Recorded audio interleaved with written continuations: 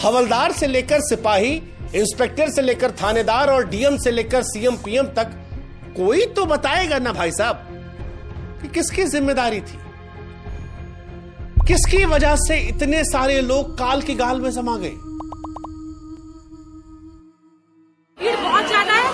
आज जो विलन मिले ना फोर्स भेजिए सर। हमारा देश भारत गजब का देश है भाई साहब। यहां पर अगर इतना सा अच्छा काम हो जाए तो टीवी से लेकर अखबार और अधिकारी से लेकर सरकार तक को पता होता है कि क्रेडिट कहां किसको देना। लेकिन अगर कहीं कुछ गलत हो जाए तो उस पर जिम्मेदारी लेने की बात तो बहुत दूर की बात है, उस विषय पर पर्देदारी शुरू हो जाती है। सारी कोशिशें होती हैं कि इस मामले को दबा दिया जाए, दबा ना पाए तो कम से कम बताया जाए। भगदड़ हुई है, उसका किसी वीडियो में किसी चैनल में कैजुअलिटी का कहीं जिक्र ही नहीं। कुछ ले जाया जा रहा है, भगदड़ की जो निशानियां हैं उसको हटाया जा रहा है।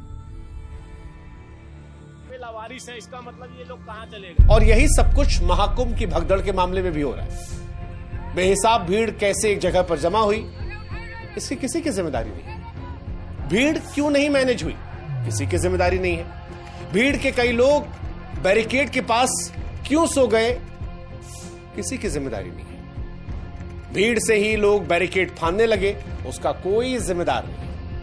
बैरिकेड सोते हुए लोगों पर गिरा, कोई जिम्मेदार नहीं है। लोगों को बताया गया कि नागा साधुओं का जत्था जो है आ रहा है, वो भागने लगे, ये अफवाह कैसे फैली, कोई जिम्मेदार नहीं है। बैरिकेड में लोग दबे, भगदड़ मची, भगदड़ में लोग मरे, लेकिन कोई भी जिम्मेदार नहीं। और जब कोई जिम्मेदार नहीं है तो फिर मुझे याद आ गई वो फिल्म जिसका नाम था नो वन किल्ड जेसिका।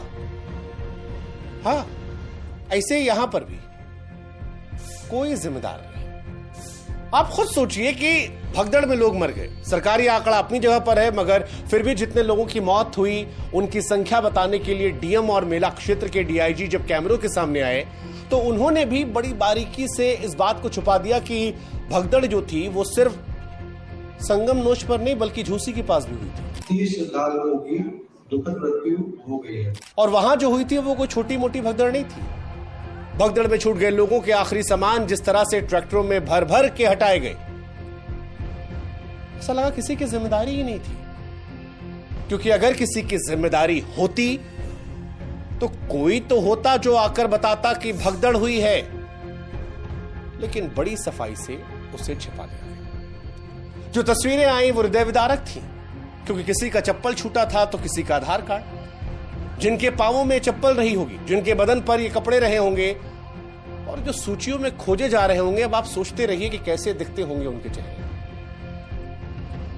मतलब हवलदार से लेकर सिपाही, इंस्पेक्टर से लेकर थानेदार और डीएम से लेकर सीएम पीएम तक कोई तो बताएगा ना भाई साहब कि किसकी जिम्मेदारी थी, किसकी वजह से इतने सारे लोग काल की गाल में समा गए। भीड़ बहुत ज्यादा है। आज जो विलन मिले ना फोर्स भेजिए सर। अगर एक भी मौत होती है तो यह आपको समझना पड़ेगा कि वो व्यक्ति की मौत नहीं होती, उसके परिवार की मौत होती है। और यहां तो अनगिनत उदाहरण है। लखनऊ के त्रिभुवन पांडे पत्नी को महाकुंभ में डुबकी लगवाने ले गए थे। पत्नी जिद कर रही थी कि 144 साल के बाद मुहूर्त आया है, भगवान जाने फिर इस तरह का मुहूर्त देखने को मिले ना मिले जीवन में। वो कह रही थी कि बड़े भाग्य से यह स्नान आया है, भाग्य से ऐसा मौका मिला है। लेकिन अफसोस कि मंजू पांडे को स्नान करने का मौका नहीं मिला। जो स्नान करने गई थी वो अब शमशान पहुंच गई है। अनगिनत कहानियां हैं। कोई अपनी मां को तलाश रहा है, कोई भाई को, कोई अब बाप अपने बेटे को, तो कोई बेटा अपने पिता को। हर तरफ बदहवासी छाई थी।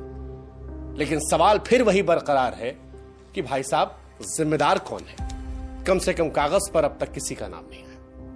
हाँ, कुछ चेहरे जरूर हैं जिन पर हमें लगता है कि बात करनी चाहिए, क्योंकि अगर हम भी बात नहीं करेंगे तो यह लगेगा कि जिस पेशे में हम हैं उससे इंसाफ नहीं कर रहे। तो पहला नाम लेते हैं मेला अधिकारी विजय किरण साहब का। मेला अधिकारी विजय किरण आनंद को बढ़ती भीड़ का अंदाजा था, लेकिन गलत फैसला लिया। 27 जनवरी से मौनी अमावस्या के ट्रायल के तौर पर पीपा पुल को बंद करने का आदेश दिया गया।